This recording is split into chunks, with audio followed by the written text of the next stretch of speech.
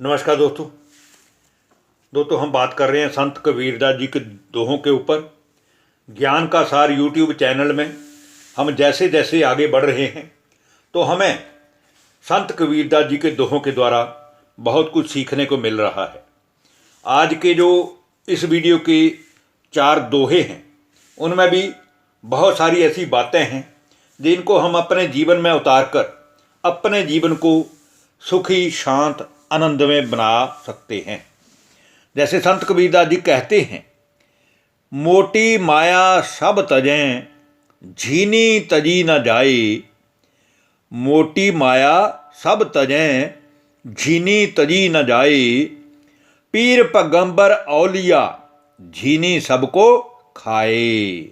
अर्थात संत कबीरदास जी का कहना है कि धन संपत्ति पुत्र स्त्री घर और सगे संबंधी जितने भी हैं, मामा चाचा ताया, ये जो मोटी माया है, ये मोटी माया का जो बहुत से लोग हैं ये त्याग कर देते हैं।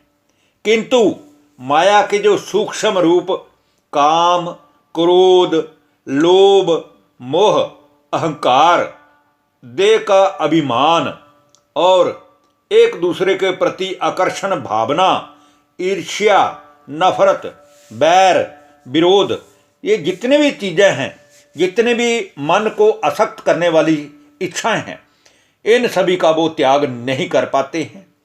और ये छोटी माया ही संसारिक जीवों के दुखों का कारण बनती है।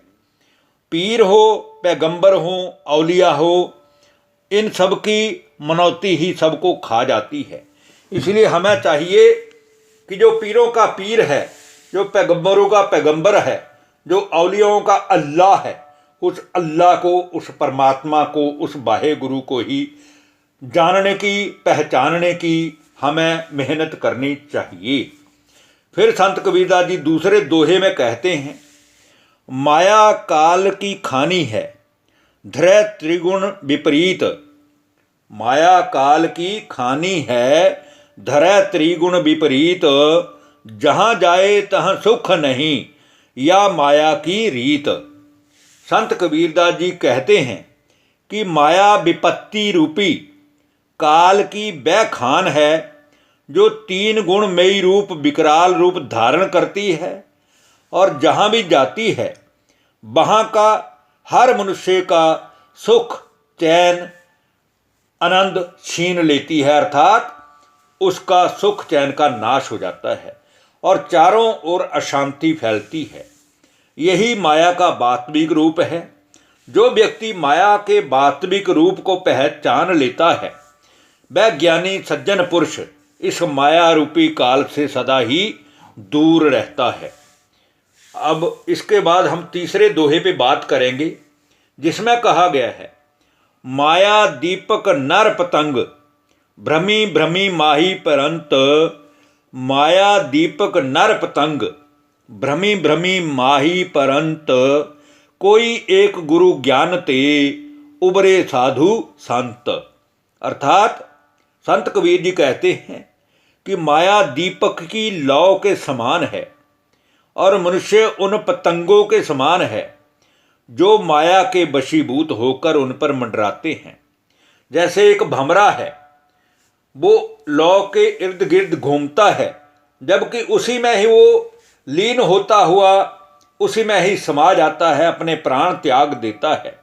इसी प्रकार संसार के मनुष्य आज माया के गुलाम बनकर माया की गुलामी में इतने मस्त हो गए हैं कि उनको ये भी नहीं पता कि हमारे जो अंदर की सुख शांति है वो समाप्त हो चुकी है, खत्म हो चुकी है। इस प्रकार वो इन विकारों के अंदर ही मंडराते रहते हैं और इस प्रकार के भ्रम से अज्ञान रूपी अंधकार से कोई बिरला ही मनुष्य जो परमात्मा को पाना चाहता है उबर जाता है, उबर उठता है, जिसे सतगुरु का ज्ञान परमात्मा का ज्ञान प्राप्त होने से फिर उस मनुष्य का उद्धार अवश्य हो जाता है। और अंतिम दोहा जो चौथा दोहा है आज की इस वीडियो का, उसमें भी संत कबीर जी कहते हैं, जरा आए जोरा किया नैनन दिन ही पीठ। जरा आए जोरा किया, नैनन दीन ही पीठ, आंखों ऊपर अंगुली और विष भरे पछनीठ। अर्थात संत कबीर जी कहते हैं कि वृद्धावस्था ऊपर आई तो उसने अपना जोर दिखाया। अर्थात हम बचपन से लेकर के, जवानी से लेकर के बुढ़ापे तक की अपना जो जीवन का सफ़र तय करते हैं, उसमें हम हर मनुष्य इन 3 अवस्थाओं से गुजरता ही है।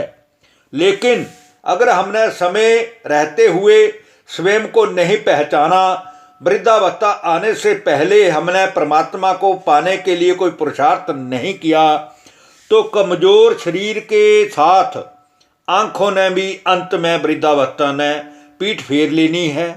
अर्थात वृद्धावस्था में हमारी आँखों को भी कम दिखाई देना पड़ जाता है, यहाँ तक कि आँखों के ऊपर उंगलियों की छाया करने पर भी बहुत थोड़ा सा दिखाई पड़ता है।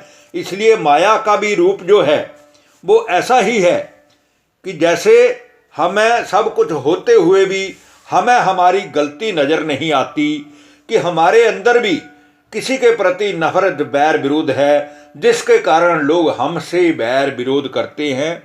अगर हम सबके प्रति कल्याण की भावना रखें तो कोई कारण ही नहीं है कि हमें अंतिम समय में विजय प्राप्त नहीं हो। धन्यवाद। नमस्कार दोस्तों।